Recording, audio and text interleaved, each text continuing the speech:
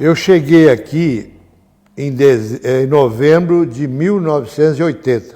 Na verdade, aqui é o seguinte, quando eu cheguei em 1980, Sonora era apenas um canteiro de obra que estava sendo montado ainda a usina Sonora, que tinha o nome de Destilaria Aquários.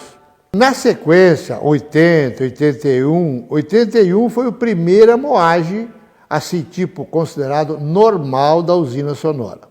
Porque até então era considerado construção da usina. Então tinha alguns funcionários, mas a maior parte dos moradores aqui vinha de empresa terceirizado para montar a destilaria.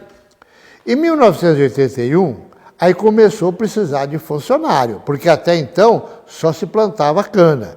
Então precisava mais do pessoal da agrícola, que tinha um agrônomo aqui chamado Dr. Maquil, e ele usava o pessoal só no plantio de cana, preparando para a primeira moagem. Na sequência, quando a usina começou a moer, aí precisava de contratar funcionário para a usina, e eram muitos. Primeiro no corte de cana, segundo para trabalhar na indústria, e assim por diante. Aí que a gente começou a perceber que tinha que ter um acampamento mais ampliado. Quando você tem um grupo de pessoas pequeno, é fácil de você administrar. Quando esse grupo começa a crescer, aí começa a ter as deficiências. Aí precisa de saúde, precisa de educação, precisa de saneamento básico, precisa de empresas para vender produtos. Começa a ter deficiência nesses produtos. Até então, a usina fazia por conta dela. Ela tinha o mercadão que atendia os funcionários, ela que montou a rede de água aqui na Sonora, que não era Sanesul na época, ela que montou a rede de energia, precária, mas foi ela, e as poucas casas que tinha na época, era a usina Sonora que fazia tudo. Aí, com o acerto de montar essa usina aqui, lógico, tudo foi se aumentando, Aí nós precisávamos de quê? Precisava de mais casas, mais isso, mais aquilo, até porque nós só tinha um favelão de lona lá na beira da represa. Lá tinha mais de 1.200 barracos de lona, na represa que faz a divisa com a usina ali. Aí nós começamos em busca, isso antes de ser nem um distrito, isso é antes de ser distrito. Aí nós começamos na luta de que a Sonora precisava criar perna, ter movimento e virar um distrito e virar um município, porque ela estava crescendo a passos largos.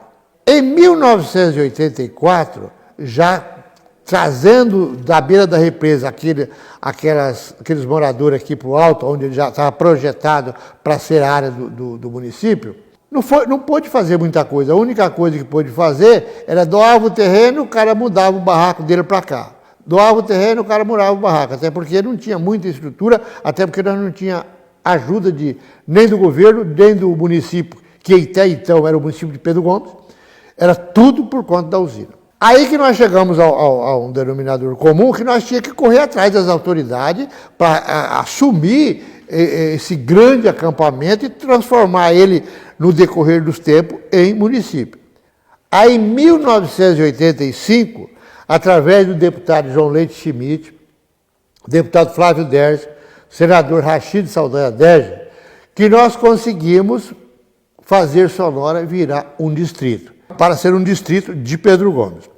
Na época, o diretor, o presidente da usina Sonora, chamava Luiz Gasolo, uma pessoa fantástica que ajudou muito. Então, como eu falei para você, dessa mudança dos barracos da beira da represa aqui para o alto, onde já estava formatado aonde ia ser o município de Sonora, quem autorizou essa mudança foi já o presidente Luiz Gasolo, porque era uma vida subhumana daquelas pessoas que estavam morando lá. E eu, na época, eu era também o diretor administrativo da usina Sonora. Então ele me autorizou a todo mundo que quisesse mudar aqui para o alto da cidade, eu poderia doar um lote. E assim eu fiz. Só que o que aconteceu? Nós mudamos de local um favelão. Nós tiramos da beira da represa e colocamos aqui no alto da cidade.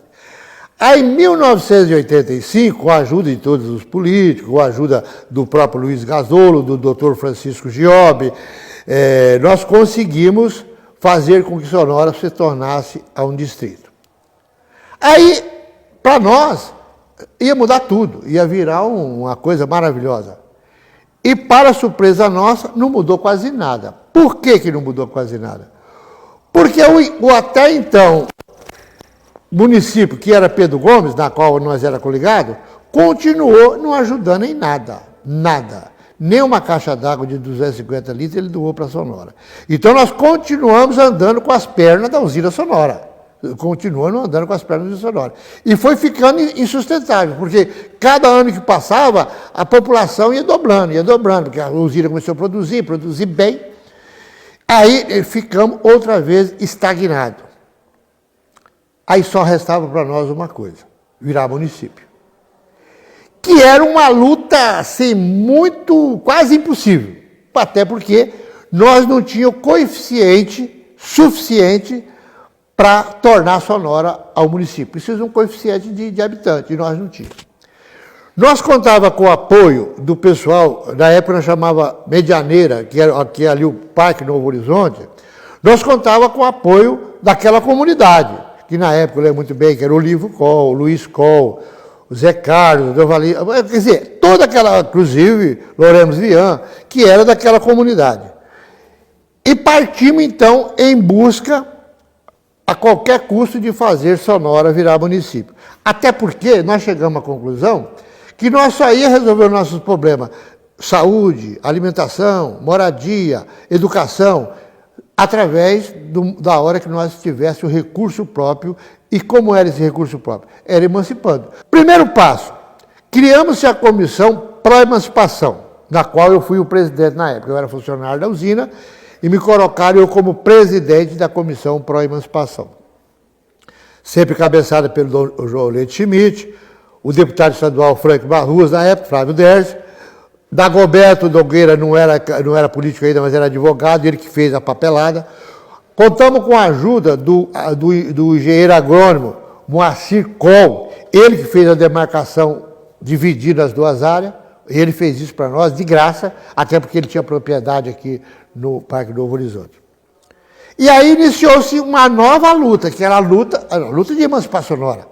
Aí que nós recorremos ao governo estadual. Na época, o governador era Marcelo Miranda Soares, para nós conseguir fazer umas casas populares aqui em Sonora.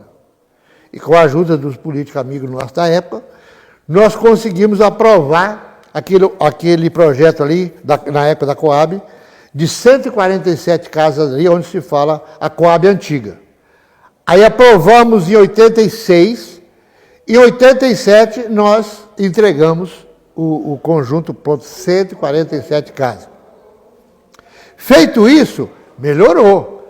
Foi 150 famílias que foi para dentro de casas dignas.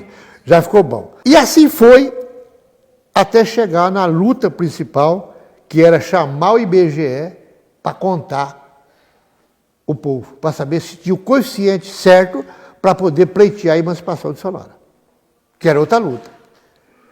Primeira contagem do IBGE, Lorena deve lembrar disso. Primeira contagem do IBGE, não deu. O IBGE mandou para a Assembleia Legislativa um atestado lá dizendo que Sonora não tinha o coeficiente mínimo para ser emancipado. Aí entrou o advogado Dagoberto, a mando do deputado estadual na época, que era João Leite Schmidt, a contestar a contagem do IBGE e pedir uma nova recontagem. Nós saímos, nós pegamos umas 20 pessoas de Sonora e saímos como se fosse fazer uma pesquisa. Chegaram na sua casa, Kleber, quantas pessoas moram aqui? Ah, mora duas, eu e minha mulher. Não, você, mulher e 2 filhos, tá certo? Tá. Fomos de casa em casa, fazendo esse levantamento e pedindo para a população ajudar para que essa contagem desse o coeficiente certo para nós passar o município. E assim foi feito. Mas foi por aí, foi final de 87, veio de novo a autorização para fazer a recontagem dos moradores do município de Sonora. Pronto. Aí foi aquela revolução na cidade, todo mundo apavorado e todo mundo cuidando. Então, resumindo, saía nova certidão. Sonora tem o coeficiente necessário para se tornar município. Graças, quem que tem que agradecer? Primeiro o João Leite Schmidt, o trabalho da Dagoberto como advogado, e a população que contribuiu na época. 1º de junho de 1988, aqui nessa praça aqui, que era uma praça que é onde que é o salão paroquial ali atrás da igreja, era uma quadra de esporte. Daquele salão, atrás do salão, atrás da igreja, no salão. Em praça pública, o governador Marcelo Miranda Soares, Ramstedt,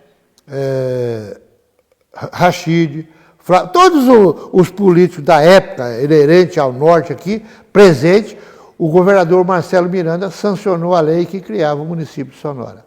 Então, do distrito até o município, basicamente foi isso que aconteceu. O que gera uma economia chama salário, emprego, é emprego que gera renda. Vamos falar um pouco, para não falar só de Sonora, que a Sonora, além da indústria, também ela pertence ao agro, ela é uma produtora, ela produz soja, cana de açúcar e tudo. Se nós for agradecer, primeiro, abaixo de Deus, eu quero agradecer esse conjunto. Ao Simões, tem que agradecer a Simões nada não, moço. O Simões foi eleito para fazer. Eu não fui eleito para fazer bonito. Fiz muita coisa errada também, mas o que deu para me fazer eu fiz. Como o João fez, o Loreno fez na época, depois o Jorge Vieira, com pouco recurso fez muita coisa. Eu, com o recurso que tinha, eu procurava usar a melhor maneira possível para trazer coisas importantes para a nossa comunidade. Primeiro, agradecer sempre a Deus. Ele que faz tudo e autoriza a tudo. Mas, em termos de agradecimento, se nós for contar a história de Sonora, na realidade, o primeiro grande benfeitor, e que continua ainda sendo o grande benfeitor de Sonora, é a usina Sonora.